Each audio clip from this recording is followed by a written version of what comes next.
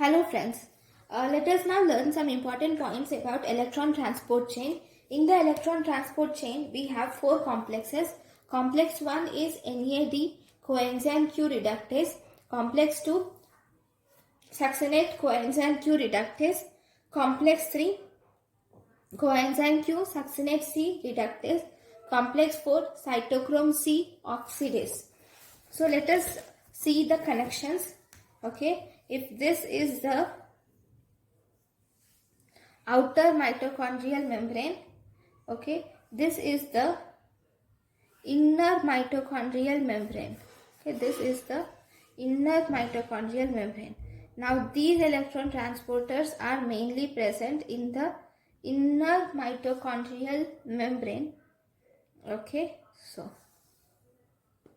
if you see, we have three complexes which are present side by side. We have complex 1, then we have complex 2, complex 3, and we have complex 4. So this is complex 1, 3 and 4.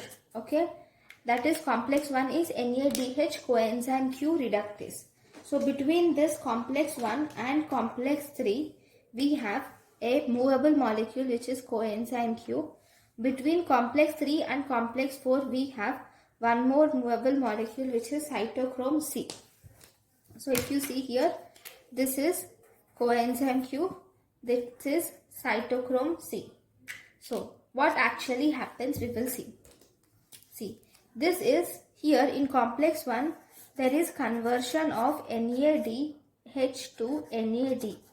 And when the NADH gets converted to NAD, during this process, if you see, there is release of 4 hydrogen atoms into the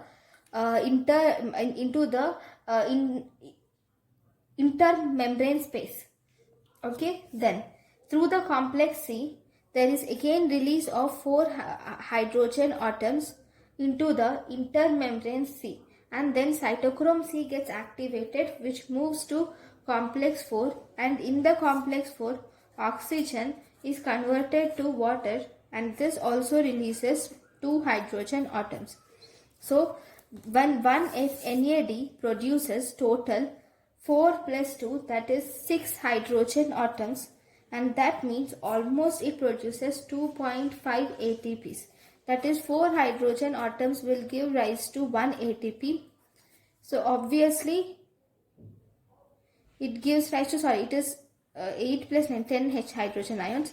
So it gives rise to 2.5 ATPs are formed from one NADH molecule.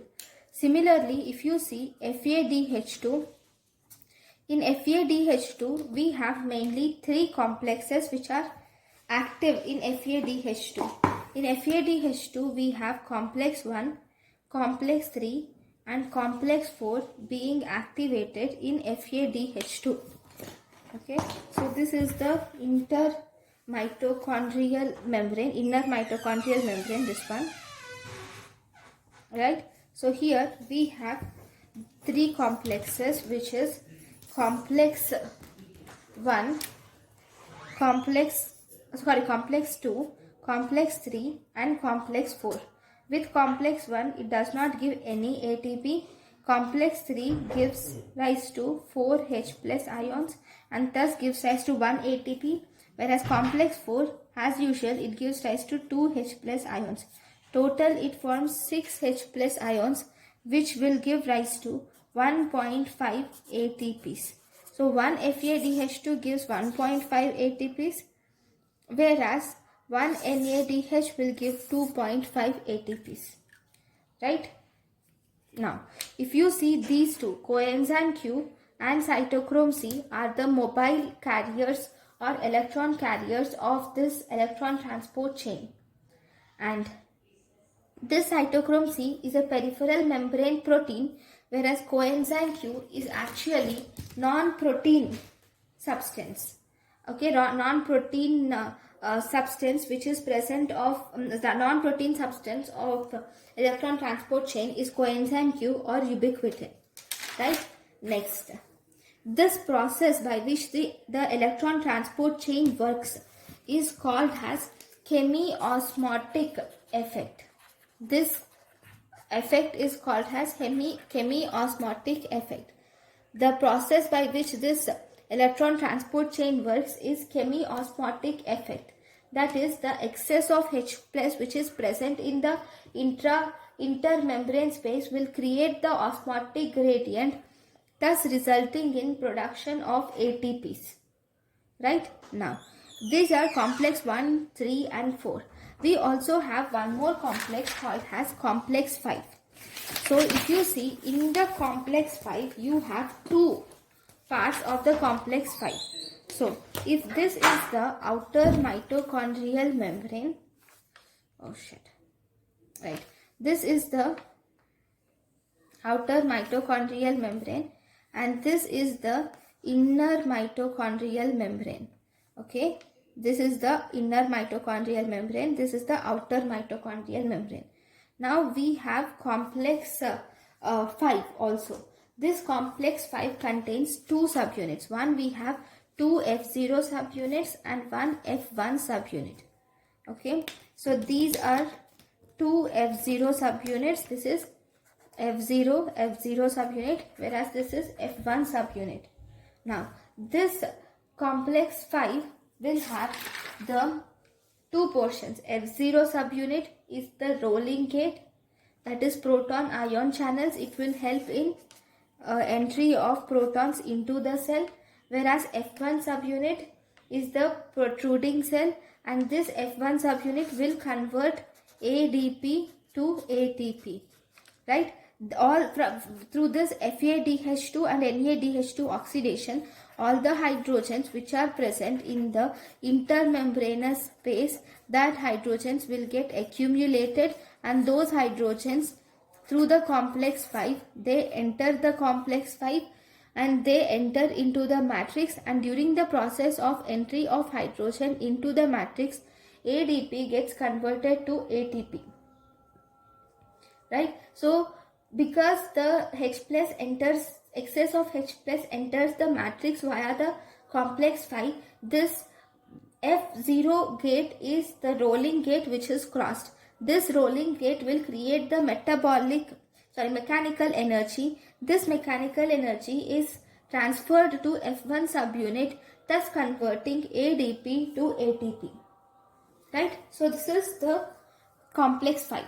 Next, we have something called as uncoupling. So what is this uncoupling? Uncoupling are the substances. So we have uncouplers.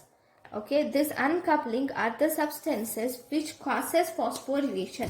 Here phosphorylation will not occur, but oxidation will occur. These are uncouplers. These uncouplers will create a hole in the inner mitochondrial membrane. Okay, so these are of two types. We have two types of uncouplers. We have natural uncouplers and we have drugs which act as uncouplers. So if you see the natural uncouplers or physiological uncouplers, these include thermogenin. Thus thermogenin is present in brown fat. Okay, and it is a kind of proton channel which is present in inner mitochondrial membrane. So this is responsible for shivering thermogenesis in infants. And one more natural uncoupler is thyroxine.